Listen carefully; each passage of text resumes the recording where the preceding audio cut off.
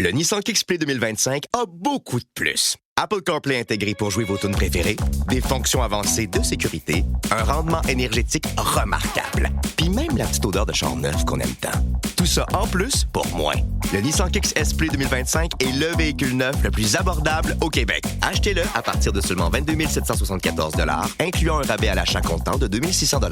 Profitez de cette offre avantageuse chez votre concessionnaire dès maintenant. Jusqu'au 2 mars, des conditions s'appliquent. Détails chez Nissan. All right, welcome back to the Elias Macco Show and the third hour of the program. We begin this hour of the show with Adam Zivo. Now, you've probably heard Adam on the program before. He's a National Post columnist. He's director of the Center for Responsible Drug Policy. And when Adam's been on the show before, one of our main focuses has been on so-called safe supply programs in this country for people dealing with addiction. He's recently released a new short film. That short film is called Government Heroin, and he joins us along with one of the people featured in the film, Callum Bagnall, who's a 25-year-old student from London, Ontario. Adam and Callum, welcome to the show this morning. Oh, thanks for having us on. Yeah, thanks for having us. And I'll start, Adam. I'll start with you as a director of this short film here.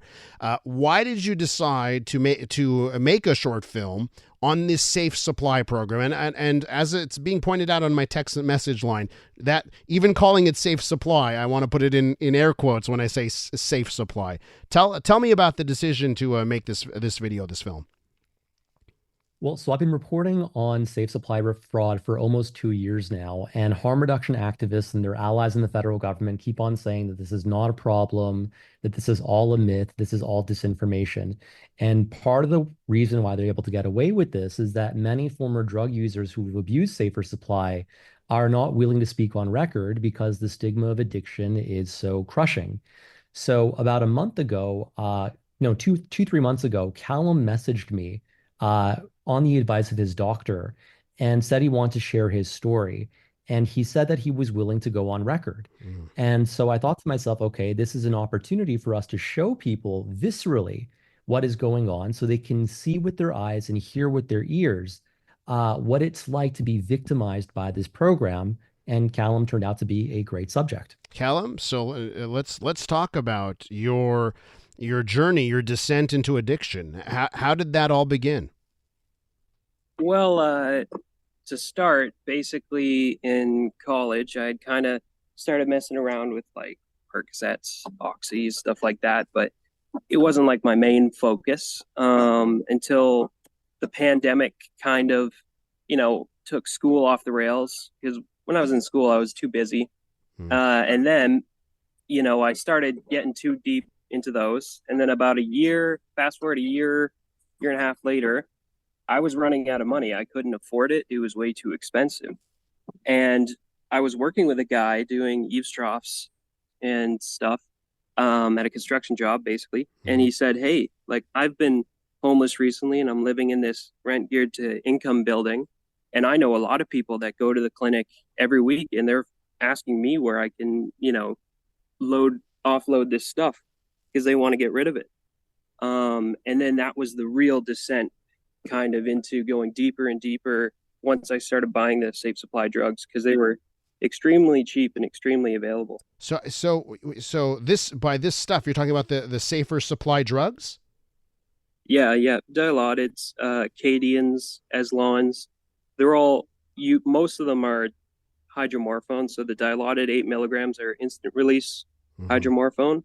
And then the Eslons are 100 milligram XR hydromorphone tablets, or not tablets, but pills, capsules. And then the third one, the Cadians, they're 100 milligram XR morphine pills. And a lot of people that I was picking up these drugs off of, they were getting around 20 to 30 of the Dilaudid 8 milligram pills a day, plus another 20 to 15 of the Cadian 100 milligram XR morphines. And then they would get another 10 to 15, maybe even 20 sometimes, of the Eslon 100 XR hydromorphone pills. And this is all every day. And a lot of them would get their pills at the beginning of the week for the whole week. So usually I would see them on like a Monday as soon as possible, because the price would always be the cheapest when you could get it right away, right? Because they want to get rid of it. And yeah, some people even that I had met, they were stockpiling them and waiting to offload a bunch at a single time or whatever. But yeah.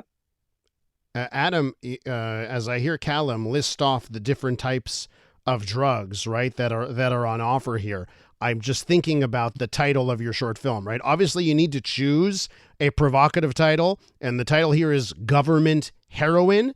The list that Callum just listed off there of those drugs. Tell us why you think that provocative title, Government Heroin, is apropos. Well, the thing is that most people don't know what hydromorphone is. Hydromorphone is the equivalent of heroin. It's as potent, if not more potent than heroin. So we're giving out essentially all of this pharmaceutical heroin, more or less, for free with almost no supervision. The term government heroin is actually something I first heard in BC when I interviewed a teenager just outside of a high school who said that that's what her friends refer to hydromorphone as. And, most of her friends were using these dillies. That's another, term for it, and had gotten addicted to it. Callum, tell me about addiction for you and just how bad it got. Oh, it got very bad. It got to the point where, and it actually is kind of ironic too, because these pills, they're supposed to be to help people get back into the workforce, to be able to maintain a regular life, right? But for me, once I got deeper and deeper, I went from when I first started taking the hydros, and these other pills, I was taking about 10 of the hydromorphone 8 milligrams at a time to 20. And then when it wasn't doing enough, I started to have to kind of budget, and I would buy the extended release pills as well. So usually I would buy either the 100 milligram Eslons or the 100 milligram Cadians. And not as many people want those because they're not as easy to snort, inject, and do stuff with, like smoke it, like the other one, hydromorphone dilaudid 8 milligrams are. And it doesn't kick as hard right away. So most people weren't buying them. So you could get those for in bulk, like 40 to 50 of them. You could get them for $1 a piece.